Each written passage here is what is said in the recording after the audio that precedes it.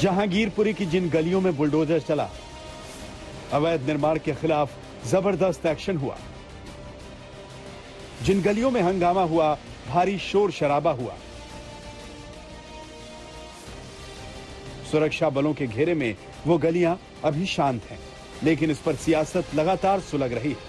जहांगीरपुरी की कार्रवाई के बाद भड़काने वाली बयानबाजियां हो रही। मौलाना तौकीर रजा के बयान ने जहांगीरपुरी पर हो रही राजनीति का ताप बढ़ाया। महाभारत का जिक्र कर देश में दंगों का डर दिखाया। धृतराष्ट्र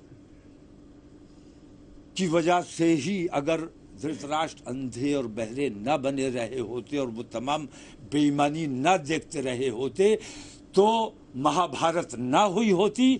और अगर नरेंद्र मोदी धृतराष्ट्र की भूमिका से बाहर नहीं आए तो हिंदुस्तान में भी महाभारत होने से कोई बचा नहीं सकता। प्रधानमंत्री जी धृतराष्ट्र नहीं है, वो देख रहे हैं, वो सबको देख रहे हैं। और बहुत जल्दी अगर जो हमें लगता है कि आपके नाम अब सूची में दर्ज हो गई होगी, जल्द ही हम आपको देखने को मिलेगा। तौकीर रजा के घर पे बुलडोजर चलेगा, क्योंकि आप जिहादियों को कहीं ना कहीं हवा देने का काम करते हैं। इतना ही नहीं, तौकीर रजा ने फिर मुसलमानों पर एक तरफा कार्रवाई की बात कही। 10 दिन के भीतर पूरे देश में जेल भरो आंदोलन की चेतावनी दी। अभी 10 दिन हैं, इन 10 दिनों में अपना तरीक़ाकार दुरुस्त कर ले, वरना हम दिल्ली से इंशाल्लाह ये ऐलान होगा ईद के बाद कि हम देशव्यापी जेल भरो आंदोलन इंशाल्लाह, और उसमें हिंदू मुस्लिम तमाम लोग शामिल होंगे। तौकीर रजा का बयान सामने आया तो मुस्लिम धर्मगुरुओं ने इसके पक्ष में अपनी दलील दी। वहीं हिंदू धर्मगुरुओं ने बयान पर माफी की मांग की। कि प्रधानमंत्री जी ने अभी तक इन वारदातों पर, इस तरह के वाकयात पर अपनी जबान से कोई एक लफ्ज नहीं कहा, जबकि उनकी जिम्मेदारी बनती है, चूंकि वो देश के मुखिया हैं।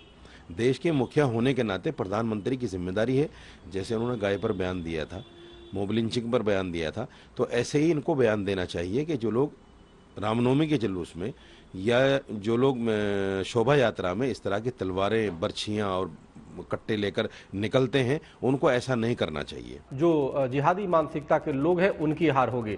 पांडव तो हमेशा जीता है, क्योंकि भगवान कृष्ण का आशीर्वाद उनके साथ है, तो धर्म उनके साथ है।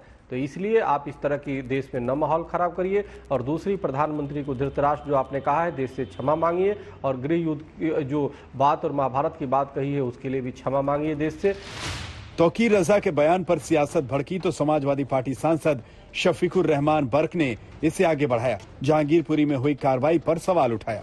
बीजेपी कह रही है आपके बयानों की वजह से कम्युनल डिवाइड बढ़ रहा है। बीजेपी ये ना कह रही कि तुम आरएसएस के लोग जितने भी हो, तुमने मुल्क के अंदर मतलब ये नफरत फैला रखी है और कत्लेआम करा रखा है, तशद्दुद जुल्म कर रखा है, उसको नहीं देख रहे वो।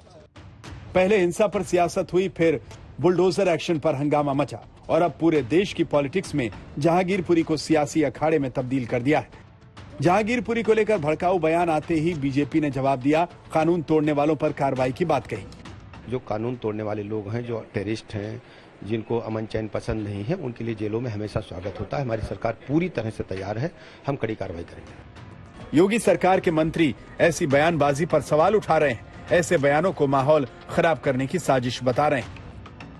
देखिए, बुलडोजर जो है वो अपराध को टारगेट करके चलाया जा रहा है, और जो भी अपराधी प्रवृत्ति के लोग हैं वो इससे घबरा रहे हैं, और आम जनमानस तो इससे खुश है। आप आज हर उत्तर प्रदेश के किसी भी जिले को उठा के देख लीजिए, वहां बुलडोजर एक जो है कानून व्यवस्था का प्रतीक बन चुका है।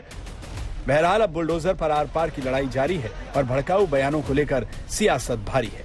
आज तक ब्यूरो।